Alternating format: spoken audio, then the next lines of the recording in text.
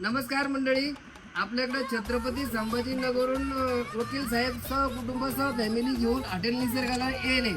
तर जाणून घेऊया की सरची प्रतिक्रिया की जेवण कसं काय आलं सर. मुळात ग्रामीण भागाची अस्सल चव, त्यात जो मसाला आहे ना, म्हणजे ही खरं कंदुरी आपण ज्याला म्हणतो. आम्ही लहानपणी असताना जेव्हा कंदुरीला जायचो तर कंदुरीचा जो खरा स्वाद आहे तो खरा स्वाद मला या ठिकाणी येऊन मिळाला. मुळात शहरात राहत असताना हा जो मसाला आहे ना याचा विसर पडत चालला होता, परंतु यांच्या माध्यमातून मी बऱ्याचदा छत्रपती संभाजीनगरहून जळगाव किंवा बुलढाणा जात असतो तेव्हा आवर्जून या ठिकाणी थांबतो. आणि थांबताना फक्त एकच, ही जी चव आहे ना पुढच्या ज्या वेळेस पुढे येत असतो तोपर्यंत माझ्या मनात असते. आणि इथं आल्यानंतर जी खरी तृप्ती मिळते ती या जेवणातून मिळते.